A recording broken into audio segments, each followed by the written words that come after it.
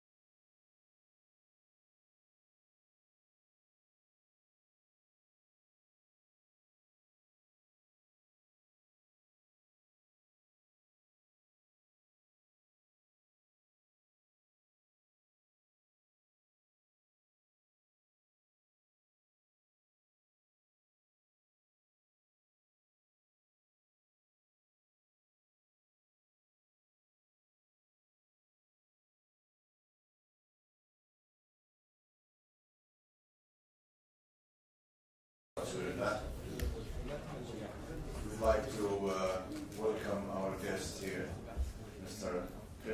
Downy, who's visiting Saudi Arabia for the conference and using his specialty as an architect who has experience also with special needs, especially visual needs. I'd like here to thank His Royal Highness Prince Sultan bin Salman, who allowed this opportunity for Mr. Kris to visit us at the university to meet with professors and students of architecture and planning. We'd like to thank you, Mr. Kris, for this opportunity, and everyone is anxious just to wait and see you. Okay. Thank you. Thank you. Okay. Where's the mic? Whoops. To the right. Okay. All right. Good afternoon. Hello, everyone. Hello. Hi. Sorry about the technical difficulties. I'm sorry to report that I brought my bad technology karma with me from the United States. So just difficulties as they always are with computers.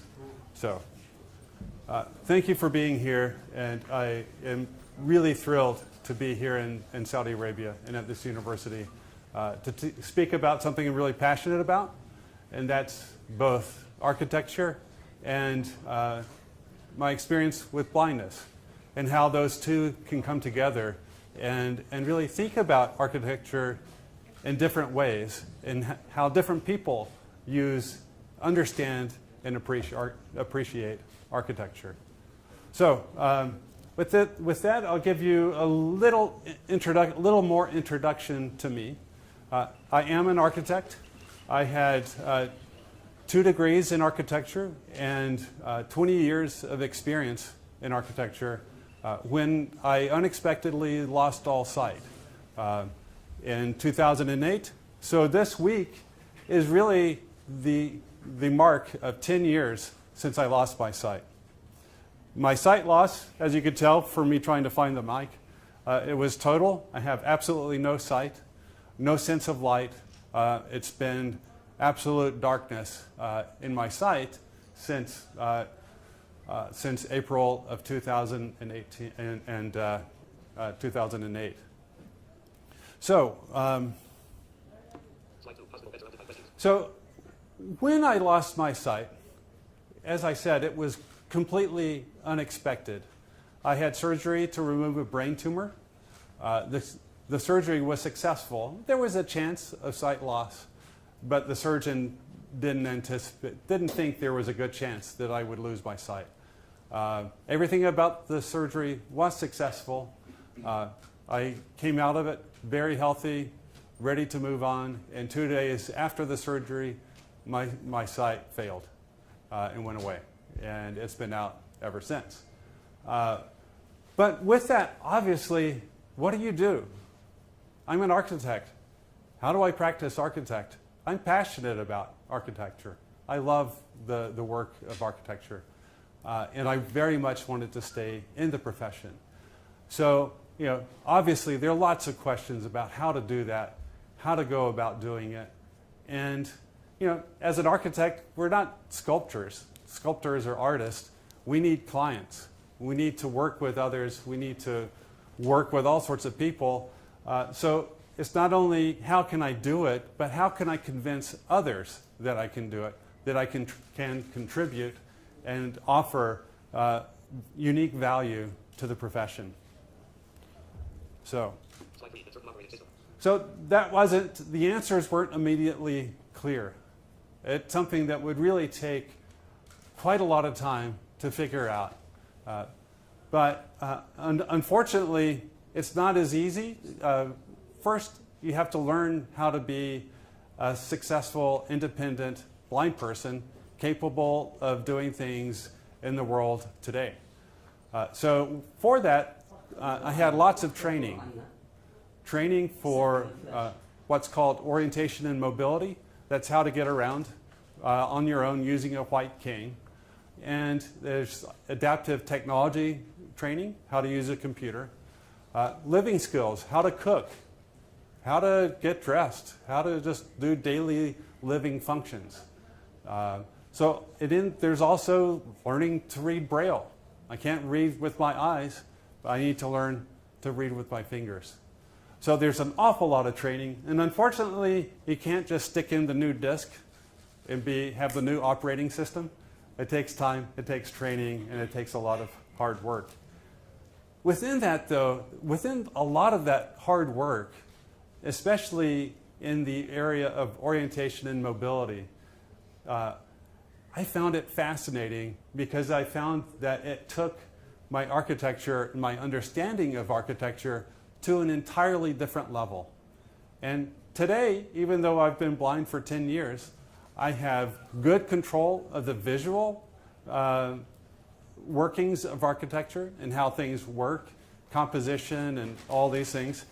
But I get to add to it all these new understandings, all these new experiences that I have that share sort of a different way of experiencing architecture. And I like to think of them not about experience for people that are blind, but it's an experience that's part of all of our experiences in architecture. And through this experience, it made me realize how narrow or shallow my prior work in architecture was, in that it's focused so much on the visual and not much on the other experiences. Sorry. So I talked a little bit about this orientation and mobility training. I put away my cane, but can you hear me? Yes. Yeah. So, everybody's probably familiar with a cane, something that blind people use. It's to find things in front of you, so the cane finds it before you do. It's a lot better when the cane hits the column than you do with your face. So it's nice to have the cane out in front of you, sort of following the surfaces and things around you. So with that, you can find steps going up, stairs going down, all sorts of things that it's really, really useful for finding. But there's so much more to what happens here, and we'll talk about a little bit of that today and how that informs my work in architecture. Also a lot of work with technology, and that's still important in the work both the work that I do in architecture, and then how really some of the possibilities in trying to increase accessibility in buildings through the use of technology. So an important thing through this adventure has been the realization that as an architect, the creative process is, that's essential to what we do. That's how we solve problems. That's how we do our work as architects, to really think through things in creative ways, to solve problems, to aspire to higher ambitions for the architecture, to really contribute to our living condition. And losing sight doesn't mean that I lose the creative process. the reality of it is the creative process is just fine. So, what I need are some new tools. The way I like to think of it is the pencil, the mouse on the computer, all these things we use, the knife and glue and things to make models, all those are tools. Many of them are visual tools. I just needed new tools that weren't visual. A key element in that is a printer. That's a large format embossing printer that I can use to take drawings that other architects make, whether they're in the computer or they sketch it and they scan it. They create a PDF, send it to me. I can print it myself on the embossing printer and get it in tactile form. So I can then read the drawings through touch. And I have access to the same drawings, the same information that you have. So this in itself is one of the most important tools for me to work without sight, because as an architect, it's all about the drawings, and it's important that I have access to them this way.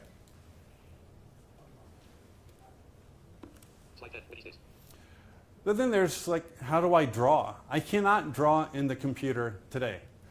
There are some systems under development that might make that a possibility in the future.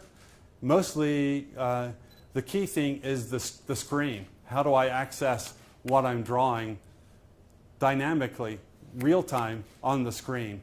And there are developments now for creating dynamic tactile screens that you can feel and touch. Instead of being a smooth touch screen, it's a dynamic three-dimensional screen where you could feel, just like I feel the tactile drawings, I would be able to feel the screen. So that's under development. It's not ready yet. But actually in this way, working with these wax sticks, they're just wax like candles, but they're like strings. And I don't need scissors. They stick to each other. I can work in 2 dimensions, flat. I can work in 3 dimensions by sticking together like wireframes. But what's great is as you work with it, it's wax, so it gets sticky, and it sticks right to the paper. And it's almost like laying tracing paper over the drawing and sketching. I just take the wax sticks on top of the tactile drawings and draw that way. When I work with architects all over the United States, and I'm now starting to do some work internationally. And I can take photographs of these drawings and email them through my smartphone off to people other places. They can then draw it up, send it back to me. I can print it and read it that way. So that keeps me actively engaged in the drawing and in sharing of the development of ideas as we work. So that kind of opens up a different way of thinking for me. It's thinking about architecture not without sight, but beyond sight. I really try to think of it as doing the same things, but going further and thinking about things other than just the visual aspects of architecture. With that is realizing that the typical environmental experience is 80% visual and then 20% for all the other little things. But as architects, we tend to focus on this 80% at the expense of everything else. And I know I did that when I was sighted. The question is, with sight loss, we tend to think of it meaning that you simply lost your sight, and it's all the experience of blindness is about not being able to see. But if you think about it, that doesn't help you when you're walking around town, walking through a building, trying to do things. If all you're aware of is I can't see, you're missing out on all the other things that become that much more important. So the blind sensory experience is really about taking all those other sensory experiences and focusing on them so much more and being so much more aware of it. It's not that you hear any better or that you can, with your sense of touch is any better. They might be more developed But they're certainly not as confused or overpowered by all the visual information that comes swarming into your brain every second you're looking around. We don't think about all the mental powers of the brain, all the neurological action that's happening to interpret sight. Sight goes through an interpretation through the brain. The brain is working hard to make sight work. So that tends to take attention away from the other senses, and certainly in our conscious awareness of it. So now I try to focus on those other areas. If I'm teamed with other architects, they have plenty of sighted architects that are really good at that 80%, the visual stuff. And then I like to think that by working hard on the other sensory experiences, it can make that much more richer for everyone, and ultimately more accessible to the blind and visually impaired, and also for people that have hearing loss. And I'm also thinking so much about people with all types of experiences.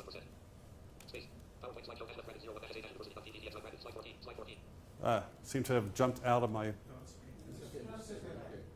It's okay? Okay. So Renzo, what's that?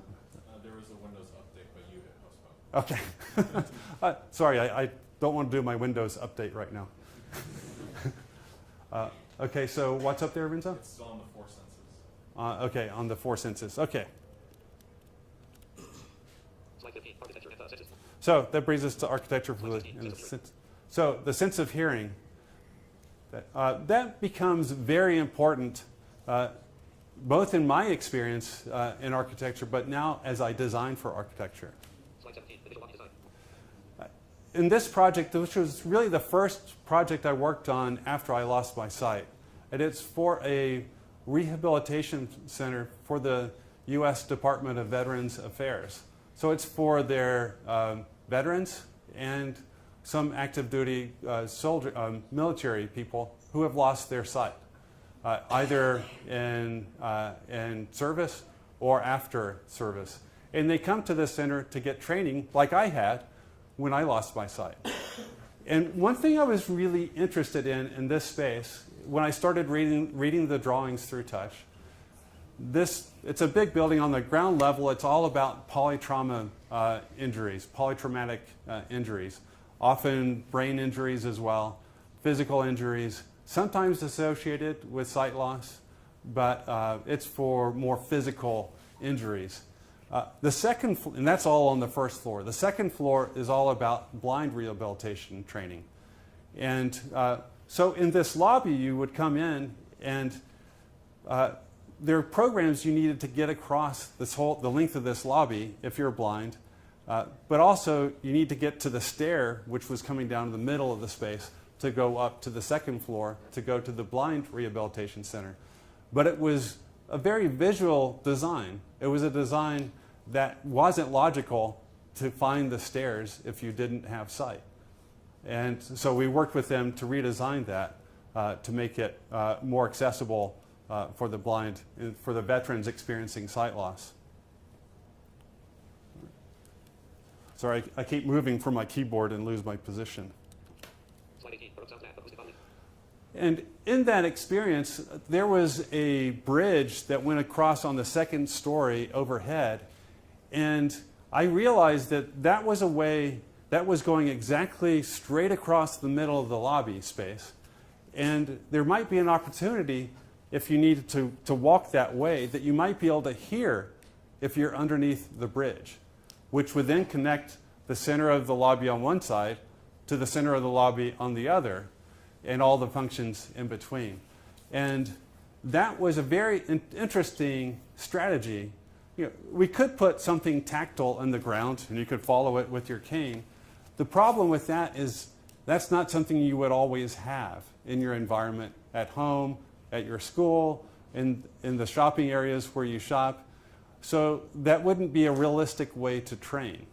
So how can you train? How can you learn the environment in different ways? So in this case, I thought, wow, I bet you we could design it so you could hear if you're underneath the bridge that's going above. When I tap my cane on the ground, this is carpet, so you can't hear it very well. But if I'm on a hard surface, you hear the tapping sound. But I don't listen to the sound coming right from the tip back to me. I hear it as it leaves that cane tip, explodes out into the space, hits walls, ceilings, surfaces, then comes back to my ear. In doing that, I'm effectively listening to the architecture around me. And I'm doing that to try to understand its form, its shape, where its proportions, where I might walk. And you can even use it to find openings into the next space, because it will change how that sound hits the surfaces and comes back. So it was an interesting idea, and it's thinking could we develop that. Unfortunately, there was no way for us to test this theory and test the design to see if we need to change the design, because when you draw things visually for the visual thing, it's easy to see how it's going to work. You can see it in the drawing, you can see it in the model, you can see it in the digital model in the computer, but how do you hear it? How do you know how that space is going to sound? So that's a challenge we have in architecture, because it's hard to design and test the sound of what we're designing until it's built. And then it's kind of too late. So I couldn't really test it for that project, but I then met some new engineers, different engineers, some acoustic engineers that had developed some new processes where they could take the digital model, the building information model, and take that model, and like you take lights into digital models and have the lights reflect off surfaces and it makes a really photorealistic image, they could do the same thing with sound. And you could go into their sound lab and hear what that space would sound like. They would use that mostly for music halls, for concert halls, conference centers, and ways to test the performance of that space. So you're trying to design towards the quality of sound, not just separate sound from one space to another, which they can also test in the sound lab. But you could go into their sound lab to experience that, and then I challenged them to put the tapping of my cane as I would walk through the space and have them animate what it would sound like as I move through the space in digital space. So we've been using that on projects since then. We just couldn't use it on that particular project. So sense of touch is also really important, but not necessarily in the way you might think. So if you think about your experience walking on the beach and the water flowing up underneath, the waves with the water coming up underneath your feet and your feet sinking in the sand and the water sort of pulling the sand out from under your feet as it recedes, all that is incredible, an incredible sense of touch through your feet. And we feel, if you're blind, you feel the surfaces that you walk on under your feet through the soles of your shoes, and that actually gives you information and helps you recognize familiar areas. But it's not just what you feel through your feet. I was talking about the cane earlier. You're also feeling the ground in front of you through and the textures of the ground in front of you, transferring those vibrations into the grip of your hand so that you're feeling the different materials. Now, if you're just going to work as an accountant, you don't need to know that you're walking on brick or concrete. As an architect, I'm curious. I want to know what I'm experiencing, what I'm walking through. But just like you recognize things visually in patterns, you see these things, then you see something else, then you turn right. You know things visually. You're familiar with your visual world. We become visual with our tactile world. What we feel through our canes, what we feel under our feet, and we start to recognize those patterns, which then position us in space along our journey as we move about our daily function.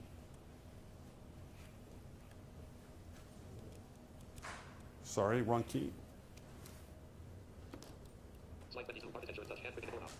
But then there are also more qualitative, sort of a quality thing of sometimes you know people are going to reach out and grab a doorknob, a handrail, lean up against a desk or a ledge, So there are areas that you know people are going to put their hands on things, and sometimes that can be really a positive thing, and it's a way I like to think about taking the quality of the design from the visual to something that you can touch with the hand.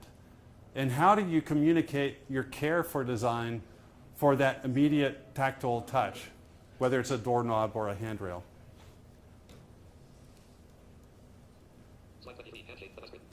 So there are some handrails that have been really surprised me with what I felt in the grip of the hand and the level of thought and care that the designer took in that handrail. Others, not so much. This one, the handrail was great. The problem is the surface that it's on, it's really textured. It's really rough. And you know what do you have cheese graters here? Cheese, great, yeah.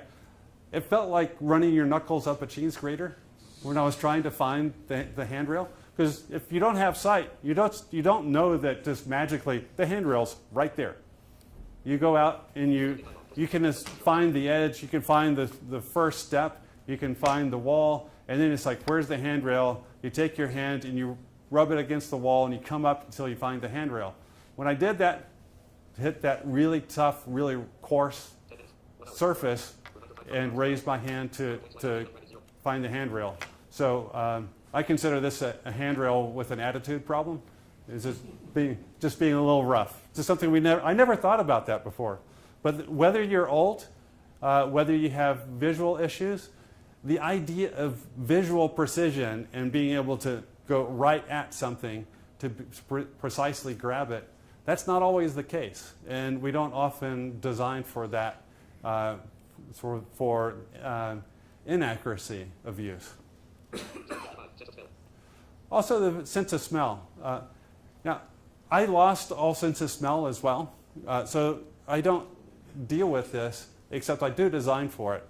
And there are times where you can recognize, went too far. You can recognize where you are in a city when you're walking to work because of what you smell. It might be because you pass a restaurant, a cafe, a flower shop, any type of businesses as you're walking around, trash cans, anything. You can smell those things. And you can recognize where you are. All that contributes to our awareness of where we are. And this project, it's not one of my projects, but it's a school for the blind in Glasgow, in the UK. They actually designed some spaces so that they would smell different. So if you think about placemaking, taking the idea of placemaking into a really multisensory strategy where you even think about what is that space going to smell like? What are the materials we can use or ways that we can really design all the things in that space, including its smell, to make it truly unique and recognizable and memorable. So another one of those spaces.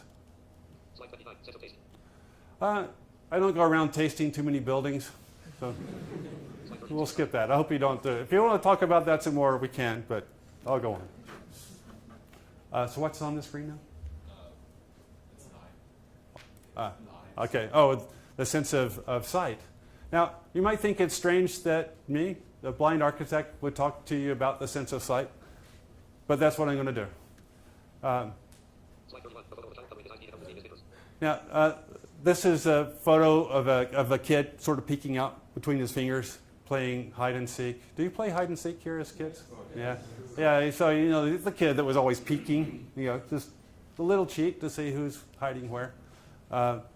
And I realized after I had been blind for a while that even in the blind community, of the legally blind, about 6 to 8% of them have absolutely no sight. That's me. That's only 6 to 8%. The rest of them, of the legally blind, have some sight, but their sight is very degraded. It's something that they may not be able to rely on, but they might try. It might work in some lighting conditions under some color palettes, some times of the day, but not others. And there are all sorts of other issues that come into play. So what I eventually realized is that it's actually easier to design and think about space when there's no site involved. When you get into these conditions with people that have low vision conditions, it gets very much more difficult and asks a lot more of us as architects and designers. So this is basically simulating what it would look like to look through eyes with cataracts. Is that right, cataracts? Yeah. The next one is diabetic retinopathy. And you can just see the different visual phenomena. And imagine walking around that way.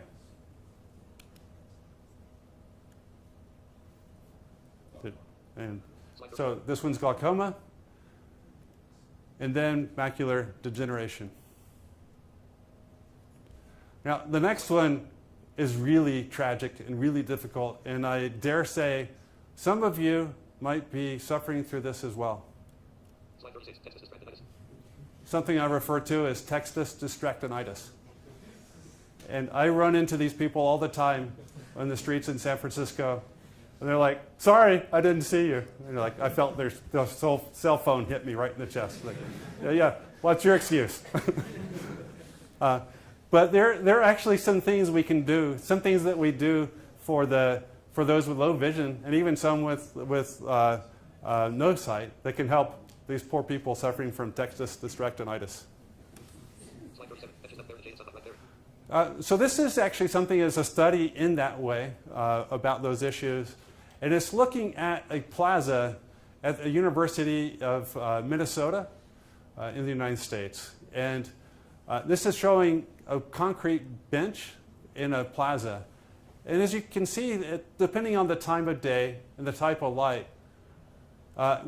in clear vision, you can always see it. But when you see it with blurred vision through a visual impairment, you may or may not see it.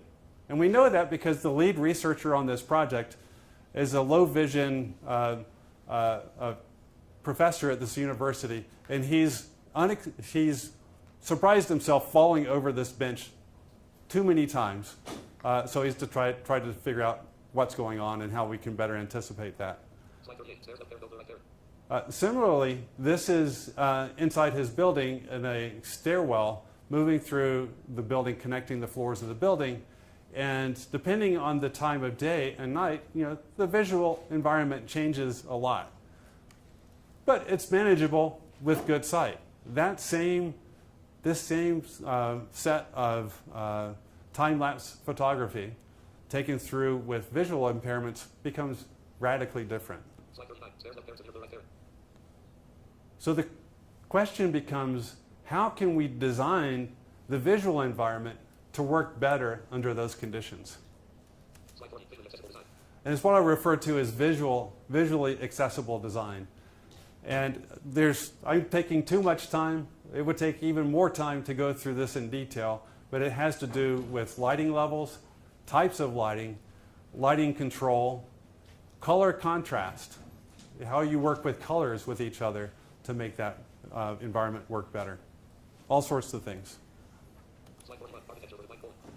So, but it does get me to the architecture for the blind, what I do.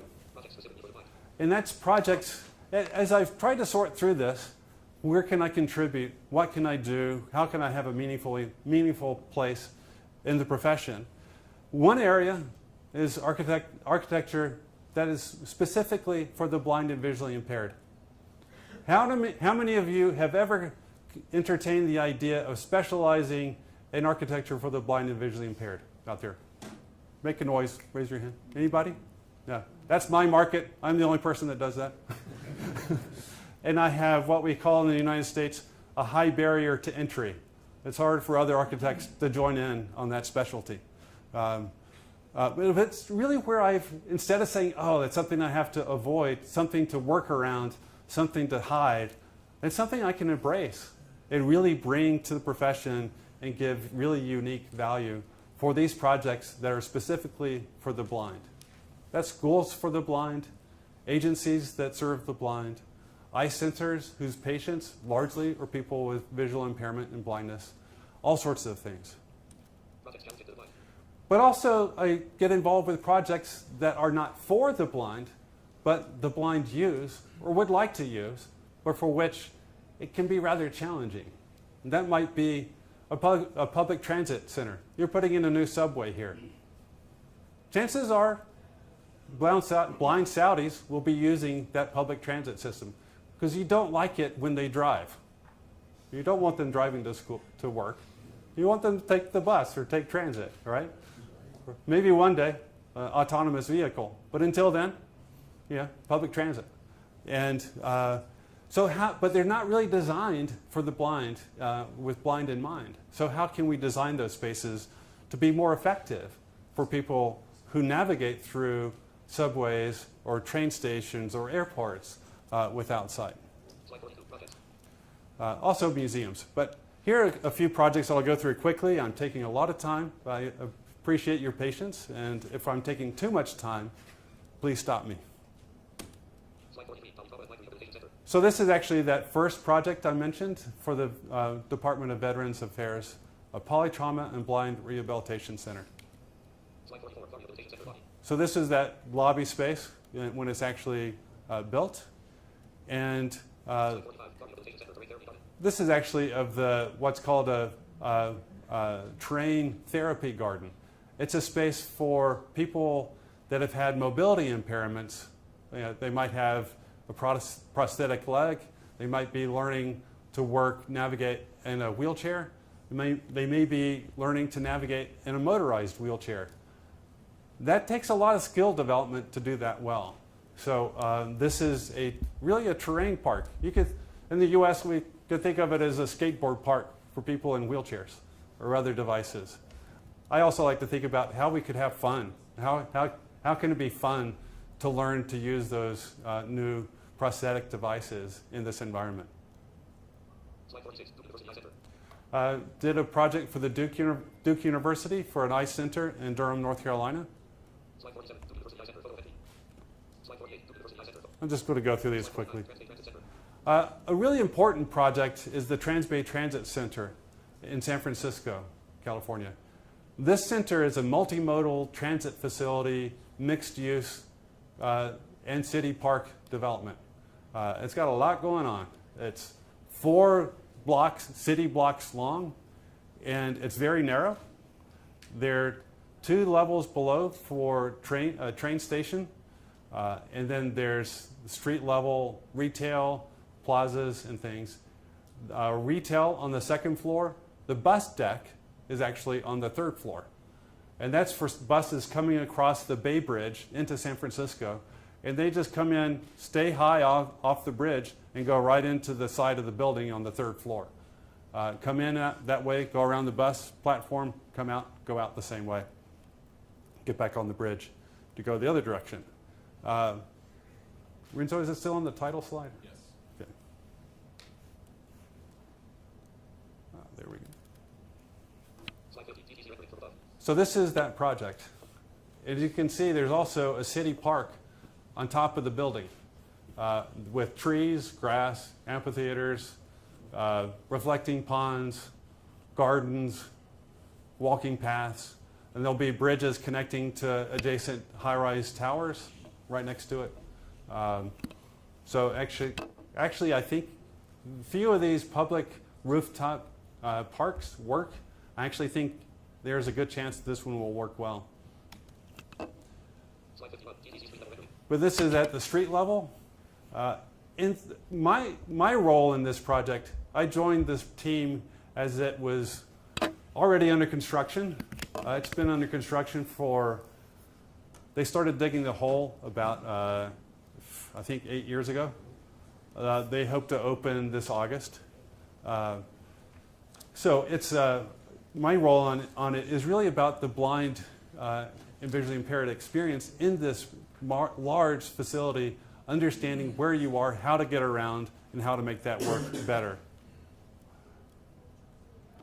And that was through all levels of the building, the park, the city bus plaza at the street level, and also at the bus deck on the 3rd floor, how to deal with the street design all around it, really thinking about every little piece of ground that the blind could walk on and try to navigate through space. It was how we could better anticipate and design for that experience. One area that I did a lot of work on was on the bus deck on the 3rd level. It's what we call a centrally loaded bus deck or deck. So all the escalators, stairs, elevators come up in the middle of the bus platform, and there's one pedestrian island in the middle that you can walk all along, and then the buses loop around the outside to go to the different bus berths to drop off or pick up passengers. And there are about 47 different bus berths along this long length of a platform.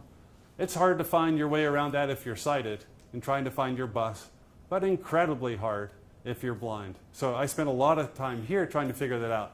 One thing we did was try to find a place where this shows two long lines, I think it's in red, referred to as tactile lines, the whole length of the bus platform. And that's so that since there's no straight line in there to follow, no edge to follow, you can't just magically end up walking a straight line down the length of this platform. So what we did is we put in, it's a poured-in-place concrete deck for the pedestrian area, and then we used precast concrete for this tactile line and put in a series of grooves in it so that the texture of the concrete will feel different, and you have these grooves, all of which are perceptible with the use of a cane, but it's not so much of it's not too tactile, it's not too bumpy to cause problems for people using wheelchairs, people that might use stroller or other mobility devices, or just might trip on it.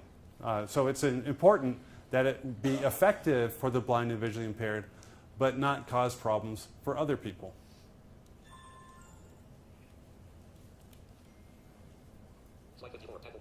But then we needed a way. It's one thing to go up and down the length of this platform all the time.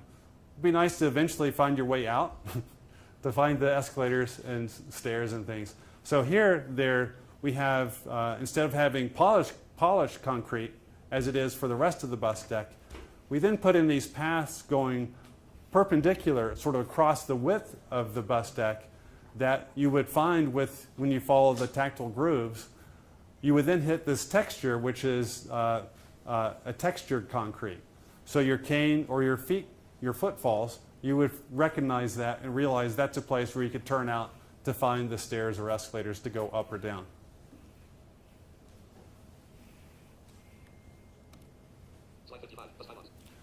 And then at each bus berth, there is a pylon for that bus. So these lines that we put in the ground, they actually go very close to those bus pylons. They have braille on them, so as you go by, your cane can hit them. You can check to see which stop it is.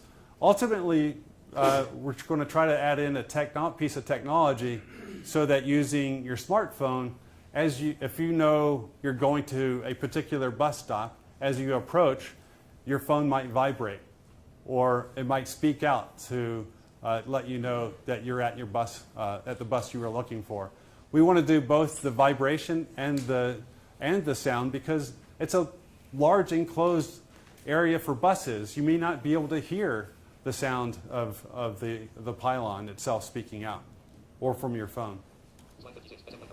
Okay, so those have been some general projects. In this, I'll go quickly, but through a project in a little bit more detail. It's called the San Francisco. Oh, sorry. I'm actually going to go through really. Yeah, no, I forgot this one. I'm actually going to go through in the interest of time. I'm going to move quickly through this one.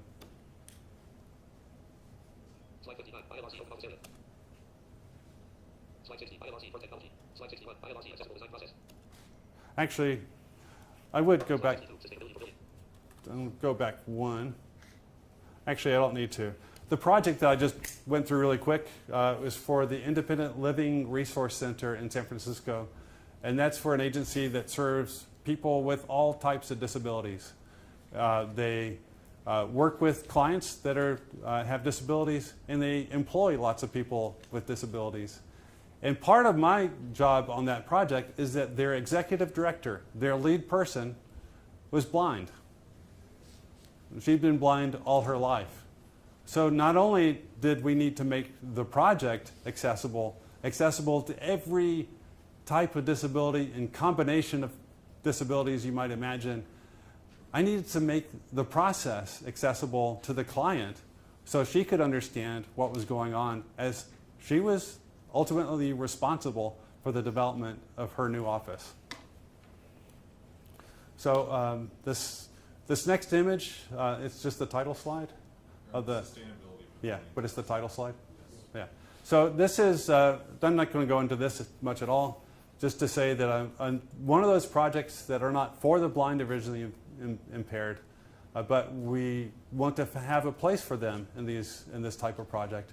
And that's almost like a museum, but it's not. It's for the Sustainability Pavilion, one of the main thematic pavilions of the Expo 2020 in Dubai, opening in a couple years now.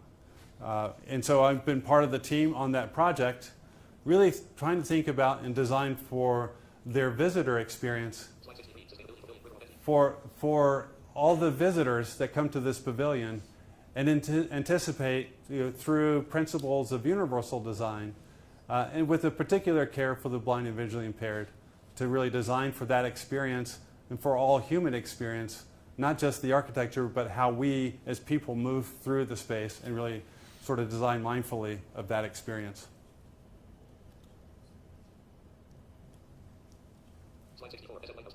So here's where I thought I was earlier. The San Francisco Lighthouse for the Blind and Visually Impaired. Please let me know if I've run too long and I need to stop at any point. So this project is Lighthouse for the Blind. It's an agency that serves people that are blind and visually impaired. It's where I went when I lost my sight and needed to learn how to travel with a cane, how to use technology, how to read and write Braille. That's where I went. And I was on their board of directors, but they got me to work with their architects to do a new office for their headquarters. In that building, I think it's a photograph of the building, they would be in the top 3 floors of that building. And does this show a drawing or the photograph? Okay. So these are the top 3 floors of that building. And one of the first things we dealt with was to realize that here they are in 3 different floors on the top of this building, only connected through the main building elevator and exit stairs. And we were concerned, in particular I was concerned that it wouldn't create much of a community. It wouldn't, if you worked on the 9th floor in the administration wing, you may never see students coming there for services on the 10th floor or the 11th floor. Likewise, if your office was on the 11th floor, you may never see people on the other floors. And if you wanted to go from one floor to the other, you had to effectively leave the lighthouse to go back to the elevator, the building elevator, to go to the other floor. So with that, we decided to cut in a new openings through the slab, to put in a new communicating stair, a stair that would link all floors of the organization and really help build community in the center. And also put in a skylight above to bring light down over that space. And then we put the main entry on the 10th floor, so that if you came in there, you could only needed to go up 1 story to the top floor or down 1 set of stairs to the lower floor.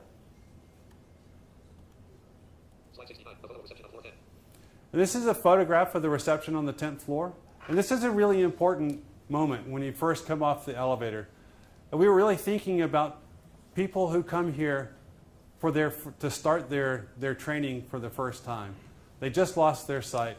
They're scared. They're nervous. They don't know what is ahead of them. And it was important that it be a place that's exciting, that's about possibility and promise, and about a promising future, and not a silent, dead, scary place where the silence would be overwhelmed with your own fears and anxieties. But also we wanted it to be a space that worked whether you could see it or not. So this image, it shows you just came off the elevator, you're looking across the reception space. You can see the stairs going up and down beyond the reception area. You can see that. Well, we designed the stairs in wood so that you could hear people walking up and down the stairs. You could hear cane taps of people going up and down the stairs. So it's a way of making it multisensory. So you could, the minute you walk into the space, you could hear activity of people going up and down stairs straight ahead. You might hear conversations ahead or below or off to the sides. And you were really at the dead center, the very center of that organization, and you can sense everything that's going on. So that was a really important thing to think about and how to make that a multisensory experience. I talked about unfortunately, my sound isn't amplified into the space, so you're not going to be able, we'll see how this works. Maybe this will work. I talked about modeling sound with this other company, Arup, in their sound lab. And we were able to do that on this project. And so what I'm to play here are two different versions, one with a very sort of what we call raw acoustic condition. It's a lot of concrete, not a lot of carpet, not a lot of treatments, acoustic ceiling treatments or treatments in the wall. And we wanted to just have that as a baseline understanding of the space as it'll be my cane tap moving through the space. Can you hear that at all?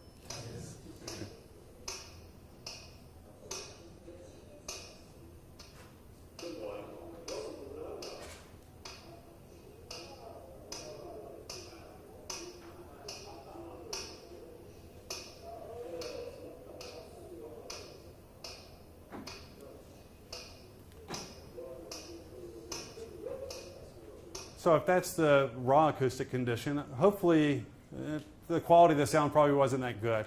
But even if it was good, it would be difficult to have heard when the receptionist said, "Good morning, welcome to the lighthouse." So hopefully in this next version, in this one there's wood slats in the ceiling. We put acoustic insulation above. There's wood paneling on the walls that's called microperf.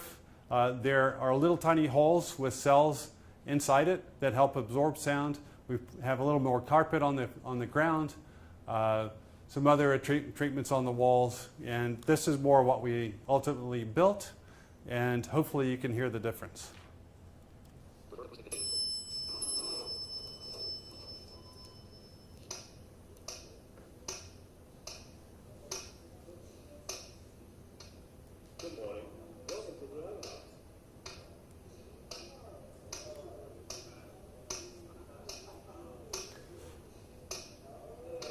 So I think that's enough of that. But that moment of speaking with the receptionist was an important thing. And it gets into the idea of speech intelligibility, the ability to really hear someone else speak and speak clearly. Some environments don't support that very well. And it's really important if you're blind to have good speech intelligibility because we can't see faces to read lips. So it's, or to focus on this conversation as opposed to another conversation somewhere else. So that idea of speech intelligibility becomes really important so you can understand. So that's something we really had to design for. The wonderful thing was after the space was built, I talked to the receptionist. He had been in that desk for 2 weeks. And he marveled of how well it worked, how well he was partially blind. He could hear people moving through. He said it's so exciting that all this stuff is happening, things going on. I can hear conversation and laughter upstairs, but I can have a conversation with you right here or talk on the phone, and it works perfectly well. And I said, well, we actually designed it to do exactly that by using this technology. So it was really great to hear that it actually worked. But also to work so I could understand by what I heard to understand where I was in the space. Slide 72, circulation room orientation. I'll go through really quickly here. Slide 73, photo of stair, level 10. So this is a photograph of that stair the new stair that we put in. Slide 74, impressive stair treads. An important thing there, if you think back to those with low vision, which we have a lot of people with low vision here at the Lighthouse, is the importance of seeing the stair treads. So at each nosing of the stair, we put in a stainless steel nosing strip. And that's both to protect the wood so that that corner would survive and not be degraded, but also so visually you could see it. In the state of California, we have a requirement that the first and last tread of each run of stairs have a high visible contrasting strip. So that's so that those with limited sight could actually see and have a visual alert to the presence of stairs. So that if you don't see it very well, you might at least see that strip and give you a warning that change is coming. But then, and we went for 70% visual contrast on that first and last tread of each run of stairs. And then for 50% contrast using sandblasted stainless steel on all the other treads. Slide 75, handrail design process. I talked about the areas that you would touch, and I was really concerned about the handrail here just as a way of communicating the quality of design and care to the people that would visit there, work there, get training there, or whatever. So this is a process of designing that handrail for the hand and thinking about what that would feel like. So in this case, I actually drew with wax sticks on top of drawings. I would share them with the architects, and they would change the drawings, and we'd kick it back and forth, the usual thing. But then we said, this isn't going to work because it's not about the drawing, it's about how it fits the hand. So then they created, did 3D prints of those sections of handrails so that we could then test it with the 3D print of actually being able to put our hand on that extruded section of the handrail, and we ultimately did 3D prints of about 6 different handrail shapes to work on, and different, we did a run of 3, then we would adapt it a little bit, change it a little bit, change the profile, all of it working within the code to come up with an accessible code-worthy, but nice grip. Slide 76, profile conforming to the hand. So that's the final one. Slide 77, floor level, photo of stair running to the lounge. I'll go quickly through there. Slide 78, photo of stair running to the lounge, floor 9. And this is that stair coming down to the 9th floor, the lowest floor of that organization. And if you can see that the underside of the stair is at issue. We put, sorry, go back one. Slide 78, photo of stair running to the lounge, floor 9. So this is where the stair got to the lowest floor. We had the stair land on a plinth, so a raised section of the floor, and then cut the last few stairs through that. What that did is that created a seating edge that would protect the underside of the stair. If the stair didn't have that and just came down, if you're blind, you could actually walk under the stair. Your cane would go under the stair, and you could smack your face with the edge of the stair as it's raising up. So this was a strategy of creating a safe area to protect the underside of the stair, but then creating a seating edge all the way around the bottom of that stair. And then once there's enough headroom, it then went back behind and created a little sitting nook back where there was more room. Slide 79, photo of the lounge. Slide 80, photo of teaching kitchen. This is a teaching kitchen. This is a space where we can teach people to cook without sight. There's a lot to consider, both the visual environment, but also the acoustic environment, so that if you have a class full of blind students getting cooking lessons and they're all over there chopping chopping carrots or vegetables or things, you kind of want to know when the person's chopping with a knife right next to you. So it's important to be able to hear it. If all the sound, all the exhaust fans, the stuff is loud, we wouldn't be able to hear each other. Besides hearing the teacher. Slide 81, photo of rehash function space. And this is outside of a multi-purpose space. And all the walking areas of this center are polished concrete, the concrete that was there in the building. And if you move off that, there's a different material. And then we put a metal strip between the two so the cane would always sort of hit that and have a nice clicking sound. So you could then feel the difference between the two sides and then have a nice crisp click between them. And that creates sort of an important loop that works on every floor of the building. Slide 82, photo of 34 room. We actually have dormitories in this facility for people that can come and stay for up to 10 days to get training in a very intense format. Slide 83, photo of boardroom. This is a photograph of the boardroom. Slide 84, a photo of design and control out of accessible controls. We actually designed a custom AV control system. Their executive director, many of their department heads, many of their employees are blind. We wanted an AV system that could work for everyone, sighted or not, so that if you were blind and about to run a presentation, you didn't need to go find a sighted person to come set it up for you, that you could do it yourself. So we devised a whole system, a new AV console for doing that. Slide 85, audio visual out of executive director and staff discussion. So these are some of the mock-ups. We also worked on the sound in this space. So here's another sound of what, really working on the quality of sound so that we would make sure we could understand each other. In language, infinitely many words can be written with a small set of letters. Again, that was very raw condition, and the next one is with more treatment. I think you'll hear the difference in this one. In language, infinitely many words can be written with a small set of letters. Hope you could hear the difference with that. Slide 88, photo of boardroom with tutor. So there's that boardroom again. Slide 85, lighting design, photo of lighthouse standard model. We also did a lot of work with lighting design and using, getting people with low vision conditions to come test mock-ups of the different lights we wanted to use in the space to find what worked best for those with low vision conditions. So this is a photograph of one of those mock-up sessions. Slide 90, level 9 lighting map code compliant. And then we came across a very interesting thing. In the state of California, we have a very aggressive energy code for good reason, to help for sustainability, to lower energy use.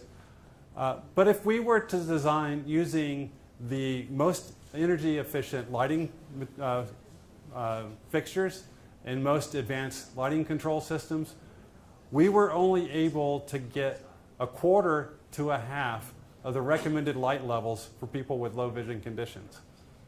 And that's all that was allowed by the California code. So we needed to come up with something that was user compliant, since we needed to get around every square inch of this place by people that are blind and visually impaired.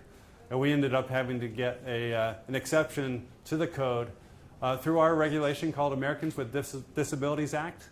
And that's federal legislation. And we were able to demonstrate with all the research that I had access to that we needed this level of light. The energy code only allowed this much light. It would not be an appropriate environment for the blind and visually impaired, our clients, our employees. We needed more.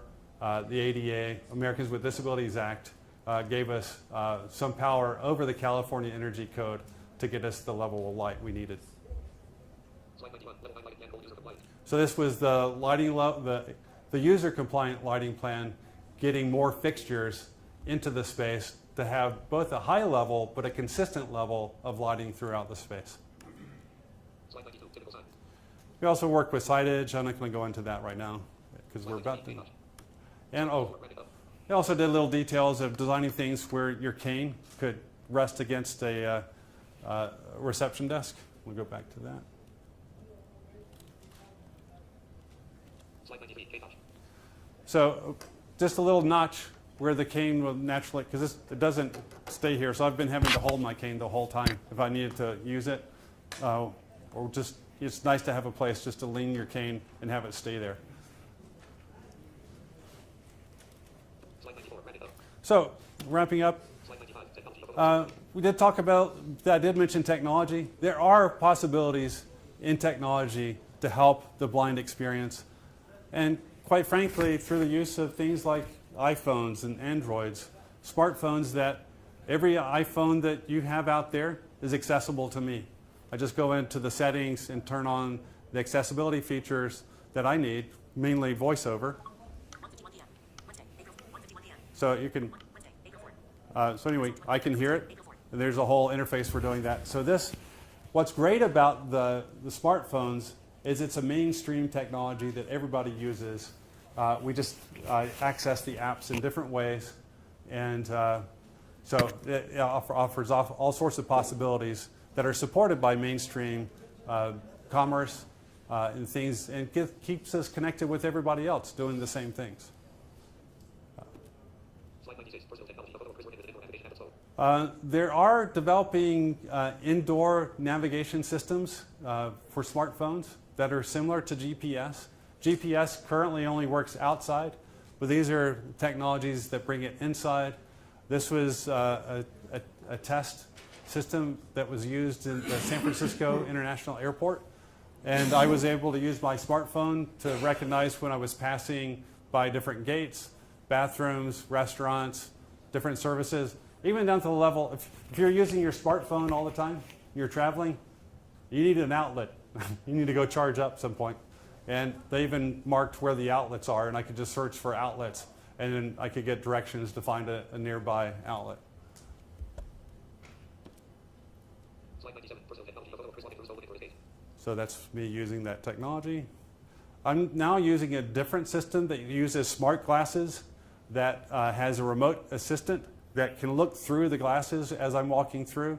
They can also see on their screen a map of the environment that I'm in. And so they see where I am. They might know where I need to go.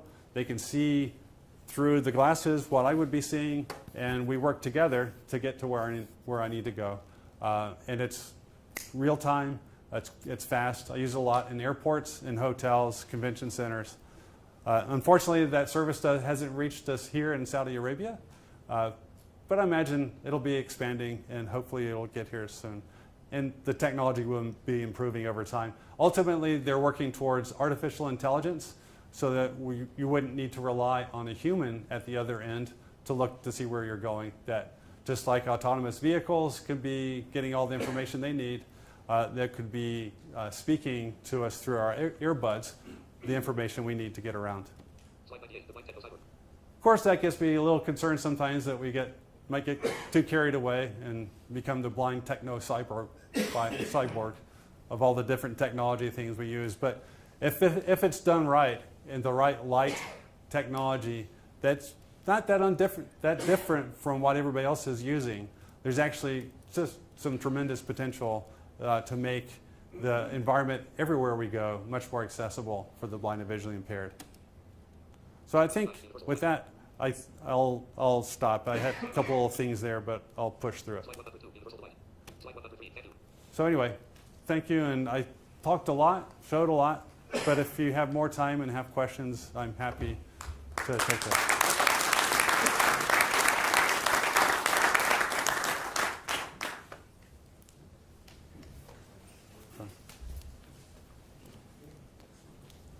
So, does anybody have any questions? We would like first to thank Mr. Kris, and we want to give him some sample, a small gift. Then we are open for discussion. Okay.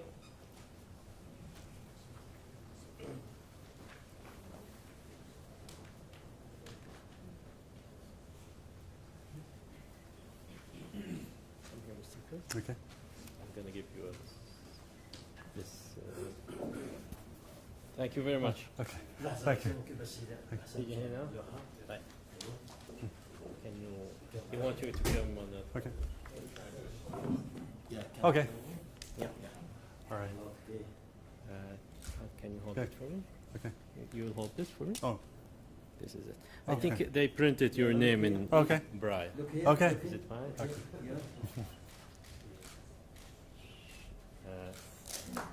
Thank you so much. Thank you.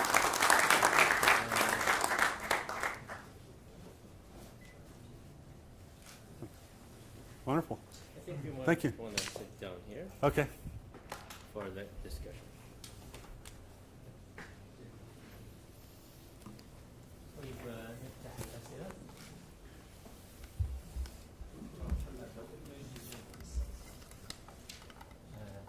Let's sit down with them. The microphone is here, but I'll bring it here. Okay. نبدأ بالسؤال الأول اللي هو حد عنده أسئلة؟ There's a mic sitting on the desk. Any questions? Okay. Oh, دكتور محمد إبراهيم.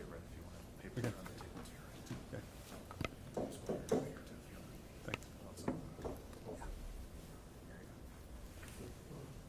Thank you for a very informative lecture.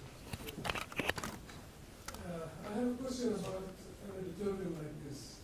Will reverberations of the sound inside the auditorium help or hinder the blind and the visually impaired? I'm not sure that I heard all that. It's about the sound, whether it helps or hurts. The amount of reverberation within... Oh, reverberation, yes.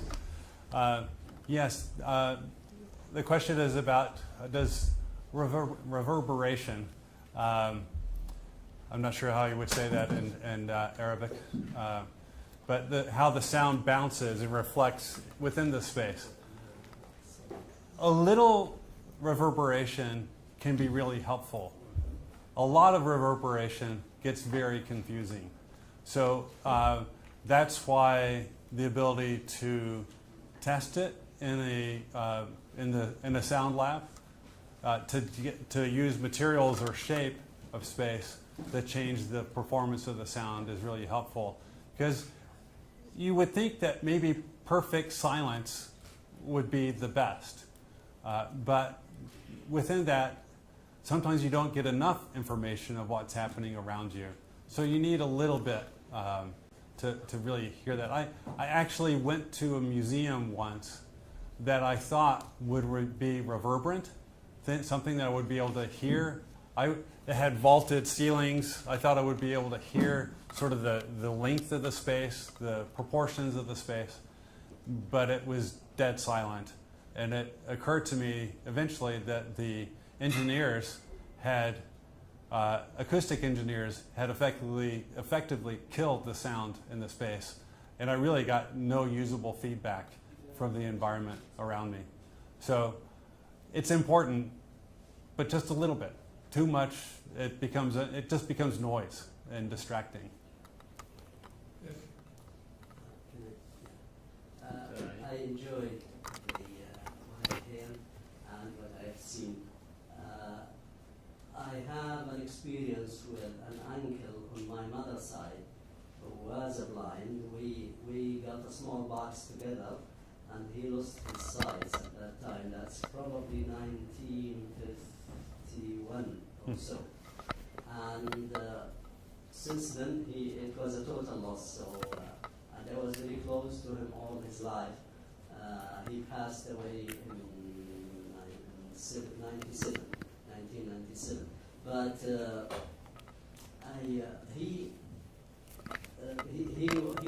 he developed a sense of touching. I mean, he used to, when he shake a hand with you, he will never forget. You don't need to talk. He will shake hand with you again 10 years later, and he will know that you are Fulan or the name, and so on. That's one. And the second is his ability to memorize. I used to read the Quran for him, and he memorized all the Quran, all the 30. Also, he got into the radios, old radios, and he used to repair them. And then with the transistor came and he moved to that, and he was in the village where we lived. He used to be the one who repaired the transistors for everybody. Then we went to school together. It was a long story, but he finished his master, and when he passed away, he was scheduled 3 days later to have his defense for his PhD. And I have always been emotionally attached with him, because I lived about probably 15 or 20 or 17 years with him, all guiding him. He didn't use a stick. Mm-hmm. So we used to hold his hand, and we go to the mosque together, we go to school together. I read for him, and I've written for him 2 of his exams in his elementary school leaving certificate. I was the one who wrote, he was dictating to me, and I wrote all the exam for him. I was in the 5th year, and he was in the 6th year then. And then when he got into also the Ma'had al-Ilmi, the religious scientific institute, and then through the College of Sharia, or also we were always together. I was studying in high school and then in the university, but still work with him sometime to read for him and so on. But the experience you have passed through is a bit different, because you lost your sight later in life. You have seen things. He probably lost his sight when he was probably 4.5 or 5, and he couldn't probably see what the world that he lived through. Right. But it brought it back, all the memories that I had. Yeah. But I enjoyed also the thing you did, and I'm so glad to see that you were able to pass through the experience and to continue as a well-renowned architect in your work and your active life. Thank you. Well, thank you. And I think it's remarkable. I know of I met someone whose dad was an architect in New York, who lost his sight, and he did a lot of work with the planning department. He had his wife read all the New York City planning codes into, at the time, reel-to-reel tape recorders, big reels of tape in the old days. She read the entire New York City planning code into the reel-to-reel tape, and he listened to them over and over again till he memorized the New York City planning code. Memorizing the Quran is a much better use of that. Can't imagine memorizing the entire New York planning code.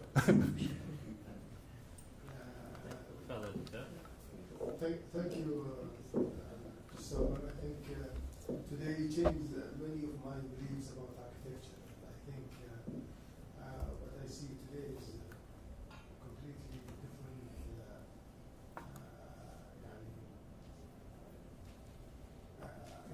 approach, experience in architecture, and I thank you for your patience, your persistence, and I think the experience so today I think deserve to be memorized and to be used as a telling story for our students.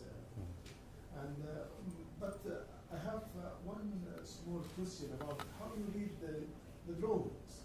Is it by sound, or is there the drawings? Technology? How you can read the drawings? The drawings.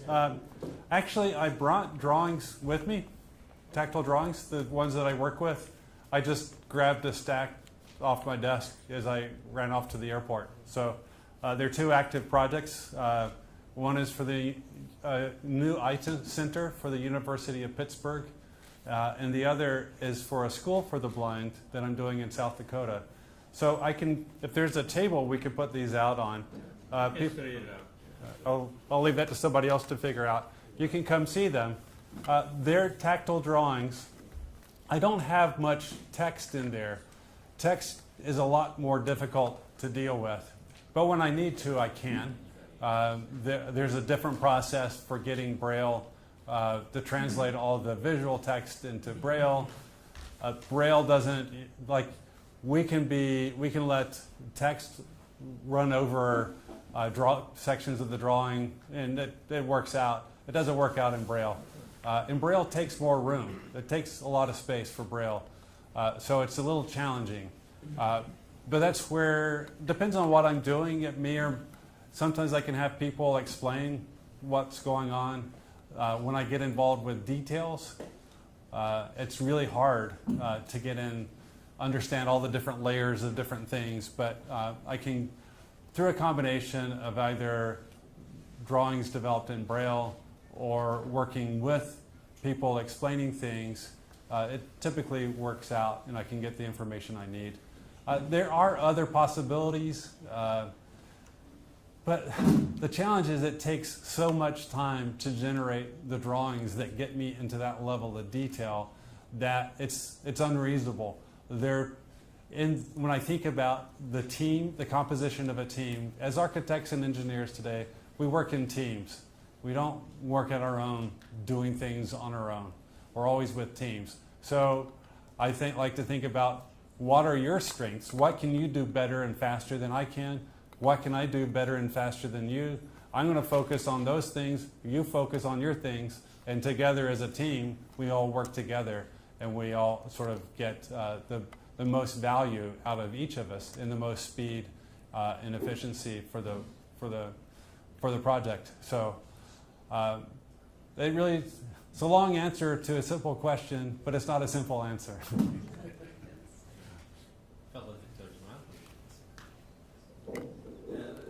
Thank you for the question. My question is, who made the design? Who made it? The design, the graphics? Oh, I have it's a number of people. There's a firm, a graphic firm that I did some of the early PowerPoint presentations with.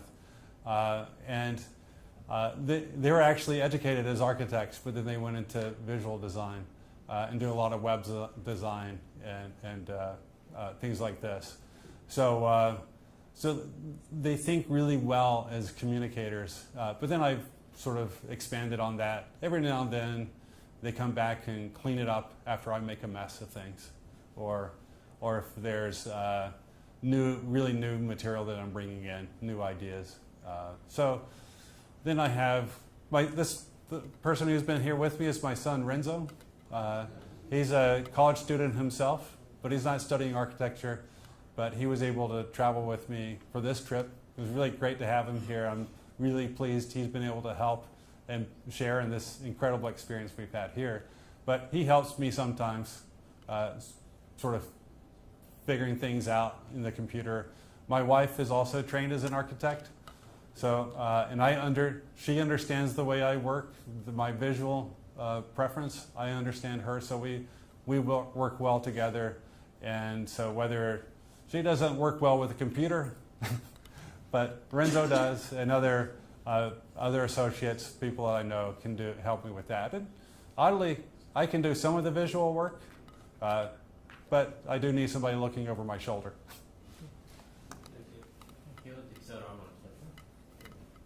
Thank you very much, Chris.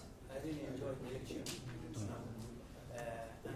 I like what you talked about of utilizing the 5 senses that we need to. Once in my master, I took a course named Designing for the 5 senses, but we never use it, and we never understand it. Yeah. And probably we know things about it, but we never apply it. Mm-hmm. So that area needs to really concentrate on and apply it in our teaching in architecture schools, because there are are many disabilities around, and people in modern life are always faced with many things that happen to him and sometimes affect their abilities and their senses.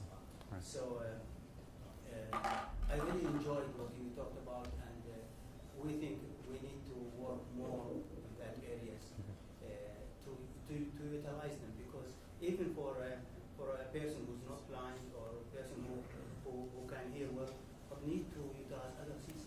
Right. No, I actually think it's important for all of us as architects and designers, landscape architects, anything, to think more about the senses, and I think it's more important than ever.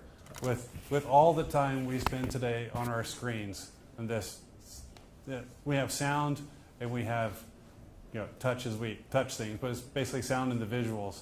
But it's a sensory deprived environment. When we're in architecture, when we're in the city, it's real, and we need to make sure that the way we design is sort of involving all those senses and making a much more rich experience that we can never get here.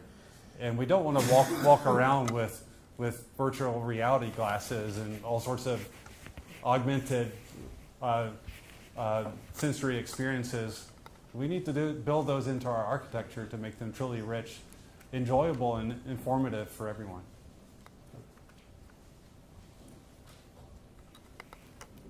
I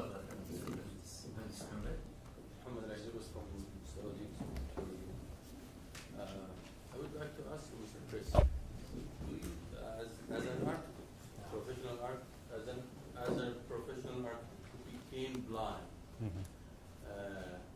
you think that we need to review some of the designs which we already get used to? For example, like you show us the handrail design. Something like that, not only for the blind people, but for the elderly people. Right. Do you think that we need to review our standards or our some of the things which we designed before? Well, I'm not familiar with your standards here and your codes.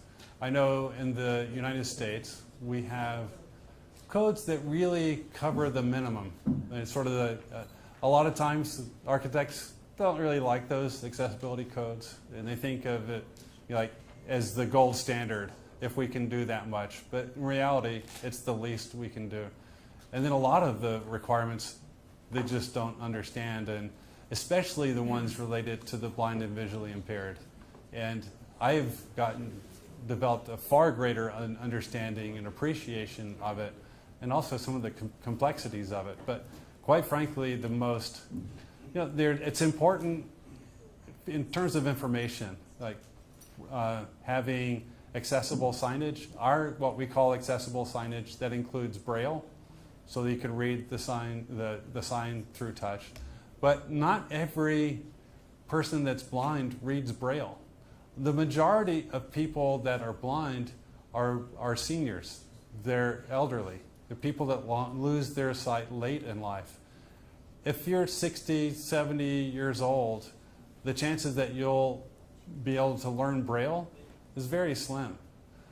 But if you have raised characters, of sighted visual characters, but they're raised so you can feel them, then people that lose their sight late in their life or never learn Braille, they have the chance of reading through touch those raised letters. So we have that.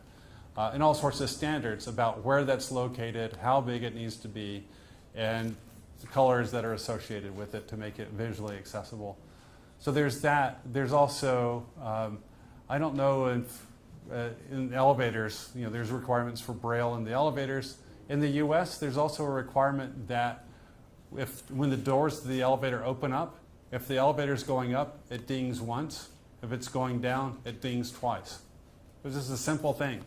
You don't want to go, if you're going up, you don't want to get on the elevator going down. And just that one thing, one ding or two dings, lets you know which way it's going. So I don't know if you have that here. It's not at the hotel I've been staying at. I know that. But there are also more important things in terms of safety. They're of having head clearance. I talked about it with the underside of the stair at the lighthouse. There's all sorts of things that either signs that hang out from the wall or hang down from above. I've walked into airport display terminals that show like departing flights. There's a code requirement in the U.S. about head clearance that you can't have anything below a certain height hanging down from the ceiling. I managed to walk right into the corner of this display unit hung from the ceiling. It was not hung, located in space according to code. Those things are really important. It's not like if you're in a wheelchair and there's stairs up to the front of the building, you know you can't get there, and you might be able to go find another way. Or you just can't go. That's unfortunate. That shouldn't happen. But if you don't see that sign hanging down at your face level, you don't see this piece of diagonal structure coming out from the building, and it's right in front of you, you don't find it because your cane goes underneath it, and you don't know it's there until you smash your face against it or your chest. So that's something that is in our codes in the United States, but not all architects understand it and even appreciate why they're there. So certainly anticipating safety concerns for the blind and visually impaired, that's an issue. I had some discussions earlier today about historical environments, historical buildings that aren't built to that, and it's really a challenge to know how to welcome, to include people that have disabilities or visual impairments into those environments. There could be all sorts of challenges. I went through the Mock yesterday with Renzo, my son, and he was able to tell me to duck, step over things, and it worked just fine for me. I would have had a hard time if I went there on my own. But it is ultimately would be wonderful to be able to have that independence, to not be reliant on someone else. And maybe it's these smart glasses. Maybe there's some other technology we haven't yet developed that can help with that. So, technology might solve those blind needs. No smart app on your phone will change the built environment if you're in a wheelchair. A smartphone can't make a stair a ramp, and can't make an area that's. One thing that's hard to remember is that, if you only have that much space to slip between something, you can do that. Standing up, you just turn around and squeeze through something. You can't do that in a wheelchair. So those clearances are absolute, and so the importance of understanding them. If you don't have them, hopefully you'll be working on them and developing them, and they'll evolve over time. So it's really hard for me to speak to your codes when I just don't know what your codes are like today. Thank you very much. I think we'll take the last question. Okay. Then, all right. Tafadhal. Mr. Chris, thank you so much. It's a great opportunity. I'm actually quite interested because of one of my sisters, and my older sister, she's blind. So by experiencing or living with her, we actually find things daily that actually need to be designs or redesigns, like corners and doors and openings and or locations of things like in toilets or whatever. Is there any reference we could actually use that would be quite helpful? Anything at all, especially about your design all the time and stuff? Have you actually made your own references? Do you have a website that we can actually use or whatever? Anything will be quite helpful. Thank you so much. Yeah. Thank you. Well, thank you for that. So I have not sort of, there have been various things that I've worked on in terms of guidelines, but not in the home. I've worked with in the United States, I've worked with our Federal Aviation Administration to develop guidelines for airports. That's not going to help you at home. Some of the same things are transferable. But I think the home is a very personal thing. And I would always find it difficult to design, say this is the standard for blind people. It's like there's so many different experiences. I have absolutely no sight. Maybe your sister has absolutely no sight. I've been trained a particular way. She's maybe trained a different way. Some of the things you mentioned, softer rounded corners as opposed to sharp corners, it's just like that idea of finding the handrail on a wall and allowing for imprecision, that we can't precisely miss the corner or know where things are, so we're going to accidentally find things with our hands when we're looking to grab the door handle or a cabinet door or something. So in terms of what's standardly understood in our codes in the United States, there are things that are very specific to the blind and visually impaired. It's the things I've talked about: head clearance, how far things can protrude off the wall, the braille signage. But that's not a whole lot. There's a lot of mystery left in it. And over time, I am trying to articulate those things and hope to do things that can be more helpful in situations like your sister. But what's interesting in the blind experience is the importance of training, getting really good training. It goes a long way. And just like I don't know the codes that you have here, I don't know the cultural traditions and the sort of rehabilitation standards that you have for training for people that are blind and visually impaired. But having really good training as a blind person is really important, because it just creates so much more independence in your ability to function, to use computers, to do all that you need. And hopefully your sister has gotten the training that she needs, because there really is so much out there now in technology that can be helpful, and just the freedom to be able to do those things and learn different ways and modify, at least in your home, modify the space to meet her needs. Thank you very much. I think we're going to have the last question right now. I think we had the longest public lecture in our my history with it. My name is Mohammed. I am architect. I'd like to say that I am very lucky to be attending this valuable architecture lecture. And after all what you said and what you presented, with the help of your natural senses and your son, I realized there is maybe it's a mistake due to the fact that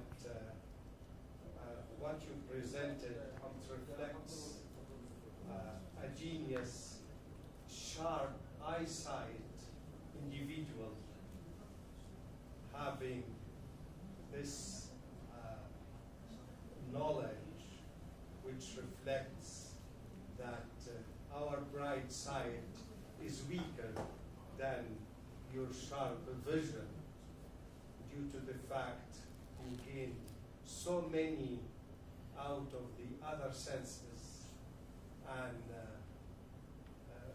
by the time goes, I do believe that your sight will be more sharp, and I would like to thank you very much. And I appreciate if you have the time tonight to take dinner in your honor in one of the good private restaurants in Riyadh. I'll be delighted to invite you with Dr. Qutbi and the rest of the gentlemen who do have time. I have to. I'm flying out tonight, but not until 11 o'clock. But I'm not sure when I'm heading to the airport, and I need to pack. So I cannot add. I don't know. I really don't know when I'm supposed to leave the hotel to go to the airport. I would very much like to. So I'm apparently being told I'm being picked up at 9 o'clock. And as my friend here said, this is the longest lecture known to mankind. I'm sorry I spoke so long. I have no idea what time it is now. I can ask my phone. Now it's 2:30. 2:30. So, If you'd like to take early dinner at 7 o'clock. actually, I'm reminded. Yeah. For you. You know, I also is Hani here in the audience? Yes. Any word on that interview that's supposed to happen sometime today? Yeah. I forgot I have another interview to do for a television station. Apparently in 15 minutes. I might be overwhelmed today, which is overwhelmingly disappointing because I'd very much like to join you. It's okay, I leave it to Dr. Qutbi. Yeah, we'll discuss it. Yeah, I'll leave it to others to figure out if I can do it. So, I want to thank again Mr. Chris for this delighted lecture. And what I meant was it's too long because it's very interesting and a lot of audience appreciate it. And thank you very much for your attendance. Thank you. Thank you. It's truly a pleasure to be here, and to be able to meet you and speak with you. But take it from me, your eyesight is sharper than mine. And I can read very well. Well, and I like to say I'm an architect without sight, not without vision. So you gotta. It's a totally different thing. True. I want to shake hands with you. Well, thank you. Been delighted. Likewise, it's delightful to be here. Can I have one of these as a souvenir? One of the drawings? Yes. Sure. Yeah. Thank you very You much. can hang it as a piece of art. Okay. We'll have a group photo. Okay. Before we leave. Lawrence? We'll take it from up. Okay. أخذ بي صوري يمكن ناخذ صورة هنا.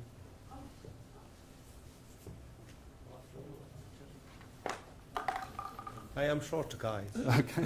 And lucky enough. Okay. No, please. And where's the camera? He's in front of us, but Okay. he's going on the stage a little bit Okay. more. If he speaks, I'll know where he is. Okay. لورنس بس تكلم شوي عشان يعرف ايه. ولا عود ولا ايه هوني.